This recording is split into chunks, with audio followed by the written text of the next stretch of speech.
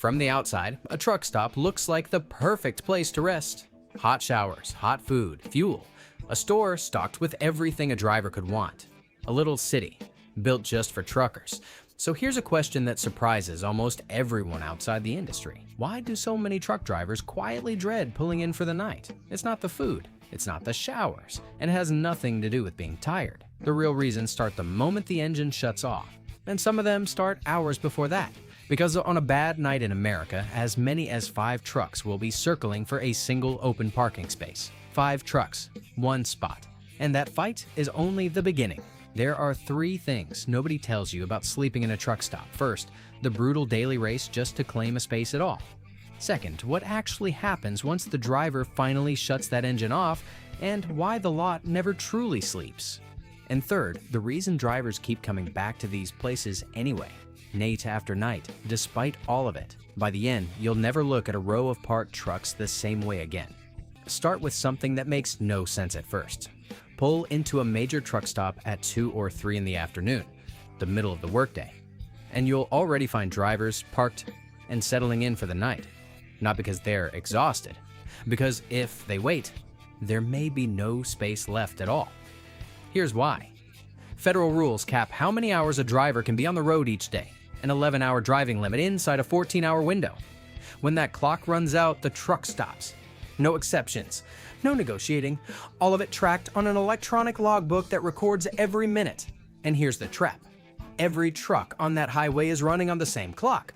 Picture 500 trucks all rolling toward the same handful of parking lots, all hitting the end of their hours at nearly the same time.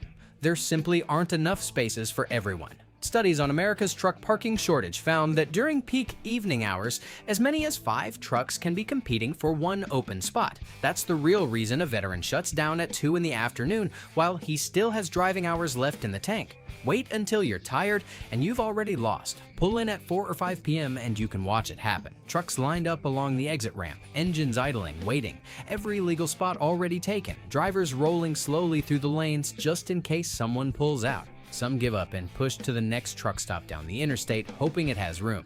Often it doesn't either. Eventually, one driver gets lucky, finds a space, and shuts down. His day is over. Or at least, that's what he thinks. Because the moment that engine goes quiet, a completely different problem begins. He climbs into the bunk, closes his eyes, and realizes the lot isn't quiet. It's never quiet. All around him, refrigerated trailers, reefers, keep their engines running all night because the food inside will spoil if they don't. That's hundreds of diesel engines humming at once, right outside a thin metal wall. And that's not even the loud part.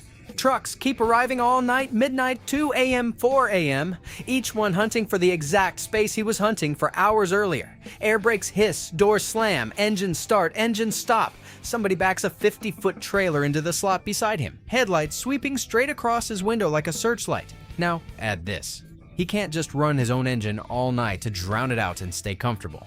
In most American and Canadian cities, anti-idling laws make overnight idling illegal, with fines that can climb into the thousands. So the smart move is a small diesel-fired bunk heater, a Webasto or S-bar unit, that keeps the cab livable on a fraction of a gallon an hour without the engine running. It handles the temperature. It does nothing for the noise. So most drivers don't get deep sleep in a truck stop. They get rest in pieces. Drift off, wake up, drift off again. Night after night for years. There's no door thick enough to close it all out, just thin metal. And a parking lot that runs like a 24-hour gas station. But the noise isn't what makes an experienced driver lock the doors twice and sleep with one ear open. There's a different sound that stops a veteran's heart cold at 2 in the morning, and it has nothing to do with another truck pulling in. Let me explain. It's a knock on the door. A late-night knock. In a lot full of strangers that shouldn't be there. Ask around and most drivers will tell you it happens more often than you'd think. Sometimes it's harmless. Someone lost, asking for directions. And sometimes it isn't. A truck stop is open to anyone. No gate, no ID check. No way to know who's walking between the trailers at 2 in the morning. That openness has a cost. Cargo theft alone drains billions of dollars from the trucking industry every year. And unsecured parking lots, exactly the ones drivers sleep in every night, are where it happens most. A thief often doesn't even need to break in. Sometimes it's a sharp blade, a few seconds, and a clean slit down the side of a trailer. Sometimes it's fuel siphoned straight out of the tank while the driver sleeps a few feet away, never hearing a thing. So drivers adapt. Some keep a dog in the cab, not for company, but for warning. Some mount cameras aimed at the trailer doors, recording all night. Some add extra locks, motion sensors, something within reach in the glove box. Anything that buys a few seconds of warning. Because in a place with no fence and no security guard, a few seconds is sometimes all you get. And here's the part most people never think about. This isn't one bad night at one unlucky truck stop. It's happening everywhere, and it's structural. For more than 20 years, U.S. transportation officials have studied this exact problem, and the conclusion never changes. There are simply more trucks on the road than there are legal places to park them. Not in one state, not on one highway, everywhere. So drivers go hunting for backup options, and one by one, they're vanishing. Rest areas seem obvious, built right into the highway, free, no reservation. But by early evening, most are full too, and some states cap how long a truck can stay, forcing a half-asleep driver back onto the interstate in the dead of night just to dodge a fine. For decades, there was another fallback. Pull into a Walmart. Big lots, free, usually welcoming, not anymore. The number of locations that still allow overnight trucks has dropped sharply and keeps falling. Trash left behind, noise complaints, city ordinances banning it outright. One bad night, and a lot that welcomed truckers for years puts up a sign that ends it for good. So, what's left? Sometimes nothing legal at all. Drivers end up on highway shoulders, on exit ramps, on the edge of industrial roads hoping nobody notices before morning. It isn't safe. It isn't comfortable, and in most places, it isn't legal. Police do write tickets for it. But ask any driver and you'll hear the same thing. A fine still beats driving past your legal hours, exhausted, hunting for a space that might not even exist, which raises the real question. With all of it, the noise, the danger, the fines, the endless search, why do truckers keep choosing truck stops? Night after night, because despite everything, a truck stop still offers something nothing else can. Step inside, one after 12 hours behind the wheel, and the appeal is obvious fast. A hot shower, clean clothes, a real meal that isn't eaten standing up in a cab, diesel pumps that don't run dry, Wi-Fi strong enough to call home and actually see your kids' faces, a mechanic on site for when the truck starts making a sound it shouldn't. And then the part that matters more than any of that, other drivers.